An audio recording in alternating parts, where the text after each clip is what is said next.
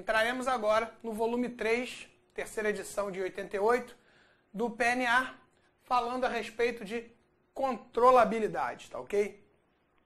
Então, como eu já comentei com vocês no módulo de propulsão, eu tenho a intenção de expor a vocês aqui os tópicos básicos mais importantes, mais relevantes para o processo seletivo, de modo que isso possa facilitar os seus estudos e ainda assim você tenha amplas possibilidades de se haver bem na prova, tá ok? Repito também a mesma coisa que eu tinha comentado no nosso módulo de propulsão acerca do entendimento errado desta matéria dentro desse processo seletivo. Ela nada mais é do que uma exigência, né, uma matéria, por assim dizer, como outra qualquer, tá ok?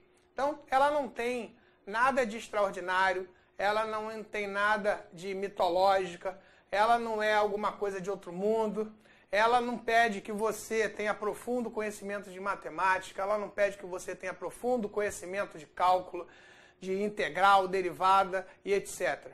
Ela só exige que você tenha na sua cabeça o entendimento básico de certos conceitos que, na maioria dos casos, né, serão de extrema importância para a profissão do prático em si. Embora a gente saiba que muitas das coisas que estão na nossa bibliografia não sejam efetivamente foco do dia a dia da profissão, nós podemos pontuar que uma boa parcela de tudo que nós aprendemos no nosso curso fará sim parte do cabedal de conhecimento que você vai levar para a sua vida profissional como prático, que começa a partir do momento em que você inicia os estudos para o processo seletivo, até o momento em que você passa, e a partir daí o aprendizado é contínuo. Tá ok, pessoal? Então, a nossa ideia focal aqui na parte de PNA, e farei a mesma coisa em controlabilidade, é levar ao aluno a ter os conhecimentos básicos, tá? E não ficar amarrado na parte de entendimento profundo de matérias científicas, deduções matemáticas e etc. Tá ok? Então, vamos que vamos.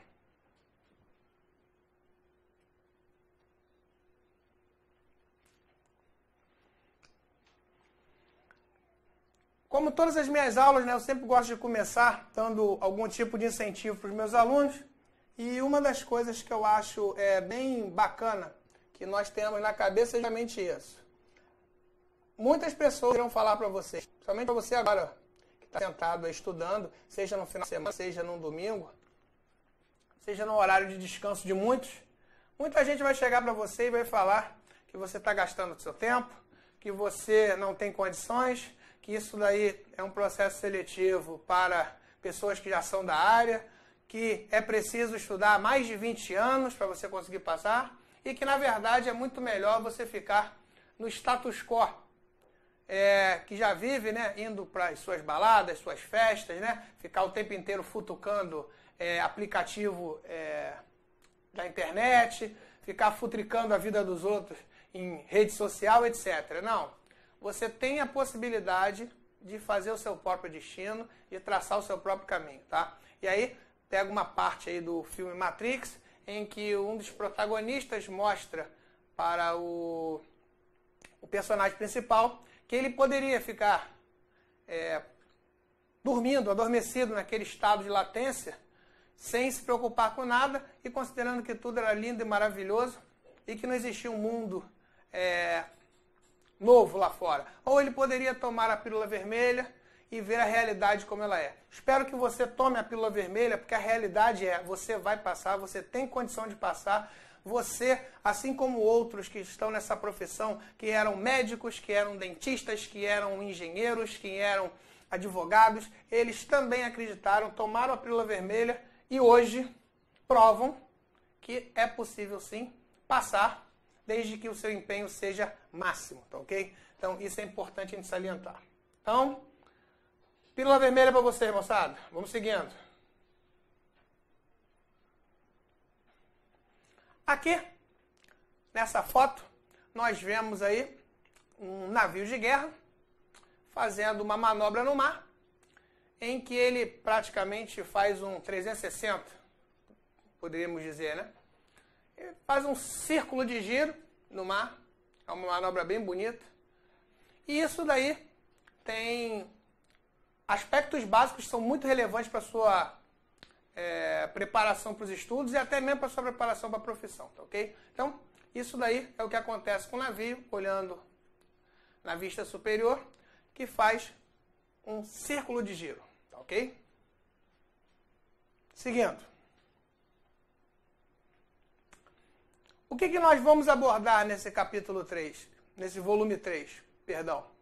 No volume 3 do PNA, a bibliografia de referência, ela pede para que estudemos apenas o capítulo 9. Já me deparei com alguns alunos que, no afã de tentar estudar tudo de modo atrabalhoado, né? Começaram a estudar capítulos que não constavam nem do edital. Isso é perda de tempo, isso é perda de energia, tá? Isso é pouca eficiência, tudo bem? Então, a primeira coisa que a gente precisa ter na cabeça é: estamos estudando o quê? Qual é o objeto do nosso estudo? Volume 3, livro Princípios Navais de Arquitetura, capítulo 9. E dentro do capítulo 9, temos várias seções. E apenas estas seções que estão destacadas aqui em vermelho é que farão parte do seu processo seletivo. Seção 1, 3, 4, 5, 6, 10, 12, 13 e 14. Júlio, e a seção número 2 não te interessa? Embora exista uma linha de pensamento que fala, não, mas você tem que ter um entendimento geral. A primeira coisa que você precisa entender, meu caro candidato ou candidata, é que a Marinha ela é muito tradicional. E ela não é de ficar inventando coisas de uma hora para outra. Se ela colocou no edital que as seções importantes do capítulo 9 são a 1, 3, 4, 5, 6, 10, 12, 13 e 14, pode ter a mais absoluta certeza que isso não foi aleatório e não foi feito de qualquer maneira. Por trás dessa escolha tem um estudo de bastante tempo, tá ok? Então, é em cima dessa área de ataque que nós temos que estudar, tá? Esses nossos parâmetros serão importantes para otimizar o nosso estudo. Seguindo. O que pediu o edital do último certame? Superfícies de controle. O candidato ele precisa ter entendimento acerca de superfícies de controle e, embora ele tenha escrito superfícies de controle, ele botou lemes.